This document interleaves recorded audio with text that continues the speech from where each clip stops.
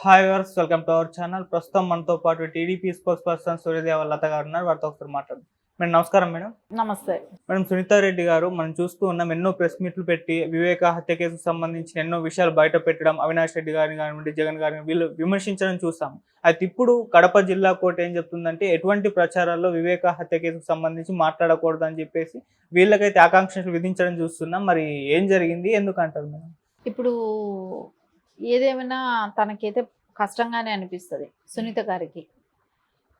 మనం గతంలో నుంచి కూడా చూసుకుంటే ఎప్పుడూ కూడా ఇలాంటి రెస్ట్రిక్షన్స్ ప్రచారం చేసేటప్పుడు ఇది చేయండి అది చేయండి అనేది ఎప్పుడు రాలేదు.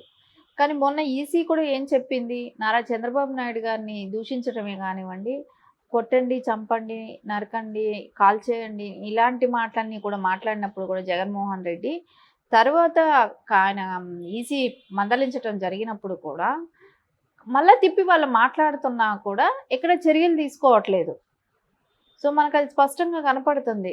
కానీ జరిగిన ఇన్సిడెంట్ గురించి వాళ్ళు పోరాడుతుంటే సో దాన్ని మాట్లాడకండి అని చెప్పటం అంటే ఆ జిల్లాలో ఉన్న నా వైసీపీ నాయకుడి చేత కేసు వేయించటం. సో దానిలో ఎవరెవరు పేర్లు పెట్టారని అంటే షర్మిల గారు, సునీత గారు, చంద్రబాబు నాయుడు గారు, లోకేష్ గారు, పవన్ కళ్యాణ్ గారు, పురంధరేశ్వరి గారు, బీటెక్ రవి గారు. సో వీళ్ళ పేర్లు పెట్టి వీళ్ళు పలుమార్లు ఆ వివేకానంద రెడ్డి గారి హత్య గురించి ప్రస్తావిస్తున్నారు. వీళ్ళు బహిరంగ సభల్లో మాట్లాడుతున్నారు, మాట్లాడకూడదు అని వాళ్ళు కోర్టుకు వెళ్ళటం జరిగింది. సో కోర్టు కూడా వాళ్ళకి ఫేవర్గానే ఇచ్చింది కాబట్టి దీన్ని హైకోర్టుకి అప్పీల్ చేసుకునే అవకాశం ఉంది కాబట్టి ఖచ్చితంగా హైకోర్టుకి వెళ్తారు. కానీ నెక్స్ట్ వాయిదా కూడా ఉంది, దానికి 30వ తారీఖుకి వాయిదా ఉందని ఇచ్చారు. అంటే ఆ వాయిదా అంటే మళ్ళీ నెక్స్ట్ దాన్ని ఎందుకు వాయిదా పొడిగించారో కూడా తెలియట్లేదు. కానీ హైకోర్టులో ఎలాంటి న్యాయం వస్తుందో తెలియదు. కానీ నాకు తెలిసిన ఉన్న అవగాహన బట్టి అంటే జరిగిన ఇన్సిడెంటేగా చెప్తున్నారు. ఇప్పుడు సునీత గారే కానీ, షర్మిల గారే కానీ, వీళ్ళ చంద్రబాబు నాయుడు ఎవరైనా సరే ప్రజలందరూ కూడా మాట్లాడుతున్నారు. ఇప్పుడు వీళ్ళ ఆరుగురు కాదు కదా, ప్రజలందరూ దృష్టిలో ఉన్న డిస్కషన్ అది. సో దాన్ని ఎవరు మర్చిపోలేని విషయం. సో ఆయన వైఫల్యాన్ని ఎత్తి చూపెట్టద్దండి అని అనటం ఎట్లా, ఎంతవరకు కరెక్టు? అక్కడ వైఫల్యం కనపడుతుంది. 5 సంవత్సరాలు సీఎంగా ఉన్నాడు. సో సొంత బాబాయి, కానీ అక్కడ ఇంకొకటి కూడా వస్తుంది, కొమ్ముగా వస్తున్నారు హంతకులకి అనే నింద కూడా ఒకటి ఉంది. అది వైఫల్యం కదా, దాన్ని ఎందుకు ఎత్తి చూపకూడదు? సో దానికి కోర్టు ఎలా ఇస్తుందో కూడా అది ఇంకా కూడా తెలియట్లేదు. సరే ఏదేమైనా రేపు హైకోర్టుకి వచ్చిన తర్వాత అక్కడ రేపు బయట ఏమొస్తుందో తెలుస్తుంది. కానీ ఖచ్చితంగా వాళ్ళ కూతురుగా సునీత గారికి ఉన్న బాధని మనం అర్థం చేసుకోగలం. ఎందుకంటే ఒక తండ్రికి జరిగిన అన్యాయాన్ని గురించి మాట్లాడే హక్కు మీకు లేదు అనటం అయితే బాధాకరమైన విషయం. దాన్ని వాళ్ళు ఎలా రిసీవ్ చేసుకుంటున్నారు అంటే పబ్లిక్కి ఆల్రెడీ తెలుసు ఈ విషయాలన్నీ కూడా. సరే తను వెళ్ళిన చోట డెఫినెట్గా ఎవరింటికైనా వెళ్ళినప్పుడు ఈ డిస్కషన్స్ వస్తాయి, ఇంట్లోకి వెళ్ళినప్పుడు. అందుకే నేను రాలేకపోతున్నాను, మిమ్మల్ని అందరినీ కలవలేకపోతున్నాను అని. అది కూడా కాకుండా మొన్న సునీత గారు కానివ్వండి, షర్మిల గారు కానివ్వండి, వాళ్ళు పెట్టిన భారీ బహిరంగ సభలకి జనం అందరూ కూడా రావటం, వాళ్ళని ఆదరించటం కానీ ఇవన్నీ జరుగుతున్నప్పుడు జగన్మోహన్ రెడ్డికి ఒక భయం అనేది స్టార్ట్ అయ్యింది. సో వీళ్ళు అవినాష్ రెడ్డికి కూడా సో వీళ్ళు ఇంటింటికి ప్రచారం చేసినప్పుడు ఇంకెంత రెస్పాన్స్ వస్తుందో, ఓన్లీ చిన్న బహిరంగ సభలకే ఇంత జనాలు వస్తున్నారు, ఇంత మద్దతు వస్తుంది వాళ్ళకి, రేపు డోర్ టు డోర్ వెళ్ళినప్పుడు పరిస్థితి ఇంకెట్లా ఉంటుంది అనే ఒక భయం అంటూ స్టార్ట్ అయ్యింది. అందుకే ఇప్పుడు పులివెందులకి సునీత గారు డోర్ టు డోర్ ప్రచారం చేస్తున్నారు కాబట్టి సో అది రేపొద్దున ఇవన్నీ ఇంటింటికి వెళ్ళినప్పుడు ఈ విషయాలన్నీ వస్తాయి, బయట దాని గురించి డిస్కషన్ ఉంటుంది, అందుకని కట్ చేయాలనే ఒక ఉద్దేశంతోనే వాళ్ళు ఆ మాటలు మాట్లాడనివ్వకుండా కట్టడి చేద్దామనే దానికి చేసిన ప్రయత్నమే అది. కానీ ఇది ప్రజలందరికీ తెలుసు కాబట్టి అపోజిషన్ పార్టీలు 6 గొంతు నొక్కితే ప్రజలందరూ గొంతు నొక్కినట్టేనా? ప్రజలకు స్వేచ్ఛ లేదా? ఒక అన్యాయం జరిగింది అనే దాన్ని డిస్కషన్ చేయకూడదా? అదే గతంలో ఎందుకు మీరు నారా చంద్రబాబు నాయుడు గారి మీద దాడి జరిగినప్పుడే కానివ్వండి అలాంటిది మాట్లాడలేదు? ఇలాంటి కోర్టులు కూడా అప్పుడు ఎందుకు డెసిషన్ తీసుకోలేకపోయినాయో తెలియట్లేదు. కానీ ఖచ్చితంగా ఇదైతే ప్రజలకి మీరు ఏది మాట్లాడకండి, అన్యాయాన్ని ఎదిరించకండి అనేటట్టే ఉంది. కానీ దీనిలో ఒక ఎవరైనా కొట్టండి అంటే తప్పు ఉంటుంది, ఎవరైనా దూషిస్తే తప్పు ఉంటుంది, ఉమ్. దూషించలేదు కొట్టమని చెప్పట్లేదు. అక్కడ ఓన్లీ జరిగిన అన్యాయాన్ని గురించి ప్రజలకు చెప్పడానికి ట్రై చేస్తున్నారు. సో ఆవిడ గత 5 సంవత్సరాలుగా కోర్టులలో పోరాడుతూనే ఉంది, న్యాయపరంగా పోరాడుతూనే ఉంది. కానీ ఇప్పుడు తీర్పు కోసం వచ్చింది. సో ఈ 2 ఇన్సిడెంట్లు, ఒకటి న్యాయపరంగా పోరాడింది, కోర్టుల చుట్టూ తిరిగింది, ఇప్పుడు ప్రజా తీర్పు కోసం వచ్చింది. సో దానిలో తప్పు ఎలా అవుతుంది? వాళ్ళకి జరిగిన బాధ ఎవరికి చెప్పుకోకూడదు అనటం, ఖండించడం తప్పు కాదు కదా. ఇప్పుడు అపోజిషన్ పార్టీలైనా ఈ 5 ఏళ్ళు జరిగిన వైఫల్యాల గురించి, ఈ 5 ఏళ్ళు హత్య రాజకీయాల గురించి, వీటి గురించి అనేది పబ్లిక్ డిస్కషన్ రావాలి కదా. సో ఎలా గొంతు నొక్కుతాయి అనేది అయితే ప్రతి ఒక్కళ్ళకి కూడా, మేధావ వర్గాలే కానివ్వండి, అనాలిసిస్లే కానివ్వండి, అందరికీ కూడా ఒక చర్చించుకునే అవకాశం ఒకటి వచ్చింది. ఇది ఇలాంటివి కూడా ఉంటాయా? ఎందుకంటే రాజకీయాల్లో చేసిన ఎవరైనా అపోజిషన్ పార్టీ ఏదైతే తప్పులు చేస్తుందో అది వేలెత్తి చూపెట్టడమే బాధ్యత. సో వాళ్ళు చేసిన వైఫల్యాలన్నీ ప్రజల దృష్టికి వెళ్ళాలనేదే ఒక బాధ్యతతో ఇంకా పార్టీలు, ఇంకో అపోజిషన్ పార్టీలు వర్క్ చేస్తాయి.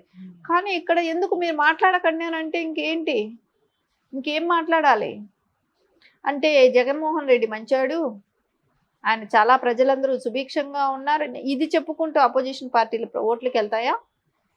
జరిగిన వైఫల్యాలు చెప్పడానికి నోరు కట్టేయటం అనేది చాలా బాధాకరమైన విషయం. ఇక్కడ దీన్ని ప్రజలందరూ కూడా ముక్త కంఠంతో ఖండిస్తూనే ఉన్నారు. ఎందుకంటే ఇలాంటివి వస్తే ఇంకా రేపు పొద్దున ఎవరు కూడా ఒపీనియన్ షేర్ చేసుకోవడానికి కూడా భయపడతారు. కాబట్టి కోర్టులు కూడా ఇది ఆలోచించాలి. ప్రజా సమస్య ఇది, ప్రజలకి అంటే ప్రజలకి ఏది కూడా వాళ్ళ ఒపీనియన్ కూడా మీరు షేర్ చేసుకుని, అంటే ప్రజలతో మేము ఒకళ్ళు మాట్లాడుకునే ఒపీనియన్ కూడా మాకు ఇవ్వరా? సో మీ ఈ దృష్టిలో జగన్మోహన్ రెడ్డి మంచోడనే మాట్లాడాలి. కోర్టు దృష్టిలో అట్లాగే ఉంది కదా, ఇప్పుడు ఇచ్చిన తీర్పులో అలాగే ఉంది కదా. అంటే తప్పును కూడా ఖండించద్దండి అన్నట్టే ఉంది. మేడం, ఈ న్యూస్ అయితే చంద్రబాబు గారికి షాకింగ్ న్యూస్ అని చెప్పేసి ప్రచారం చేస్తున్నారు. అంటే షర్మిల గారి వెనుక కానివ్వండి, సునీత గారి వెనుక కానీ చంద్రబాబు గారే ఉండి ఈ వ్యాఖ్యలు చేసి, అంటే వివేక హత్య కేసుని ఆయన యూటిలైజ్ చేసుకోవాలని ట్రై చేస్తారు. ఇప్పుడు ఆయనకు పెద్ద షాక్ తగిలింది అని చెప్పేసి ప్రచారం అయితే చేస్తున్నారు. దీనిపై మీ ఒపీనియన్? చంద్రబాబు నాయుడు గారికి ఏరే పని లేదమ్మా. ఈయనకి రాయి పడితే చంద్రబాబు నాయుడే, కత్తి గుచ్చుకుంటే పిన్నిస్ కూర్చున్నా చంద్రబాబు నాయుడే, చెట్లు నరికినా చంద్రబాబు నాయుడు. ఈయనక ఎవరో చెట్లు ఎక్కి కొడతాడేమో అని భయంతో చెట్లు నాటుతాడు, పరదాలు కట్టుకు తిరిగినా చంద్రబాబు నాయుడు. ప్రతిదానికి చంద్రబాబు నాయుడు గారేనా, ఇంక వేరే ఎవరు లేరు ఆయనకి. అంటే చంద్రబాబు నాయుడు గారిని చూస్తే అంత భయపడిపోతున్నాడు, నువ్వేం చేయగలుగుతావు? అందుకే ఇన్ని 5 సంవత్సరాలు భయపడి ఏమీ చేయలేకపోయావా ఆయన చూసి? ఖచ్చితంగా నారా చంద్రబాబు నాయుడు గారిని ప్రతి దానిలో కూడా లాగటం, మాట్లాడటం. ఎందుకంటే అది మనం మాట్లాడుకోవటానికి అలా కుటుంబ విషయం కాదండి. అది ఒక హత్య అక్కడ జరిగింది. ఆ హత్య గురించి డిస్కస్ చేయడానికి దానిలో ఆయన వైఫల్యం కనపడుతుంది కాబట్టి అపోజిషన్ పార్టీలే కానివ్వండి, ప్రజలే కానివ్వండి, సోషల్ అనలిస్ట్లే కానివ్వండి, ఎవరైనా దాని గురించి డిస్కస్ చేస్తారు. సో అది మన దేశం కోసమే కానివ్వండి, మన రాష్ట్రం కోసమే కానివ్వండి, భవిష్యత్తులో ఇలాంటివి జరగకూడదనే కానివ్వండి, ఇలాంటివి జరిగిన వాళ్ళని ఎలాంటి శిక్ష విధించాలనే కానివ్వండి, ప్రజలకందరికి ఒక అవేర్నెస్ కోసమే కానివ్వండి, ఇలాంటి ఒక డిస్కషన్ అనేది వస్తుంది. సో దీన్ని ప్రతిదానికి నారా చంద్రబాబు నాయుడు గారిని ఆపాదించటం, ఆ కుటుంబ సభ్యుల్ని అంటే లోకేష్ గారిని కూడా దీనిలో లాక్కోవటం, ఇట్లా ప్రతిదీ అంటే తుమ్మినా తగ్గినా ఇంకన్నిటికీ చంద్రబాబు నాయుడు గారే. అసలు పడని రాయిని పడిందని పాపం వాళ్ళ మీద కేసు పెట్టి 307 పెట్టి అటెంప్ట్ టు మర్డర్ పెట్టి ఆ పిల్లల భవిష్యత్తు నాశనం చేశారు. సో మీ రాజకీయ ఆకాంక్ష కోసం చేస్తున్న ప్రయత్నాలలో ఎంతోమంది బలి అవుతున్నారు. సో జరిగిన ఇన్సిడెంట్లు చెప్పుకునే అవకాశం లేదు. అంటే ఇంత గులకరాయికి ఇన్ని రోజులు సీన్ చేశారు, ఎవరినో పట్టుకెళ్ళి వేశారు. ఇప్పుడు చెప్పకూడదు అంటున్నారు కాబట్టి చెప్పలేకపోతున్నాం, కానీ అంత పెద్ద ఇన్సిడెంట్కి ఎవరిని పట్టుకుపోయి వేశారు? ఏం జరిగింది? గులకరాయికి జరిగిన ఇన్సిడెంట్కిను అంత పెద్ద ఇన్సిడెంట్కి చాలా తేడా ఉంది కదా. ఎందుకు చేయలేకపోయింది అనేది క్వశ్చన్ చేయరా? ప్రభుత్వ వైఫల్యం కనపడుతుంది కదా, అడగాల్సిన బాధ్యత అపోజిషన్ పార్టీలకే కానీ అనాలిసిస్ట్లకే కానీ అందరికీ ఉంది కదా. ఈ సమాజంలో అందరూ వెలిగెత్తి చాటాల్సిన అంశమే కదా అది. ఎందుకు నోరు మూస్తున్నారు? దీని మూలాన ఎవరి లబ్ధి చేకూరాలనుకుంటున్నారు?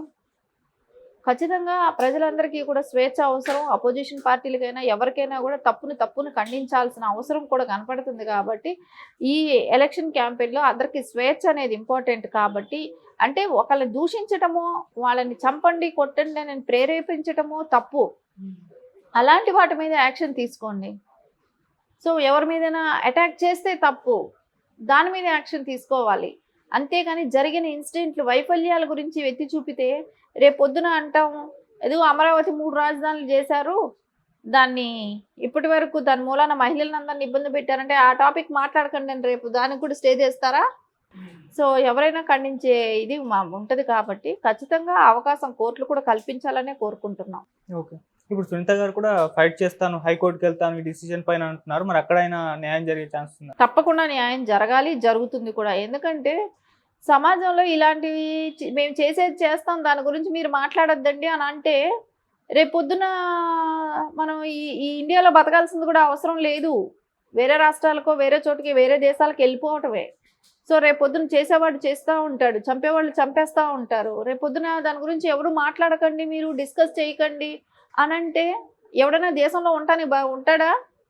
ఉండడు కదా. ఎవరికి మనకి ఇక్కడ స్వేచ్ఛ లేదు, సెక్యూరిటీ లేదు అనుకున్నప్పుడు మనం దేశం వదిలే వెళ్ళిపోవాల్సి వస్తుంది. ఖచ్చితంగా అయితే రేపొద్దున హైకోర్టులో అయితే తీర్పు ఫేవర్గానే వస్తుందని అనుకుంటున్నా. Okay madam, thank you so much madam. Thank you.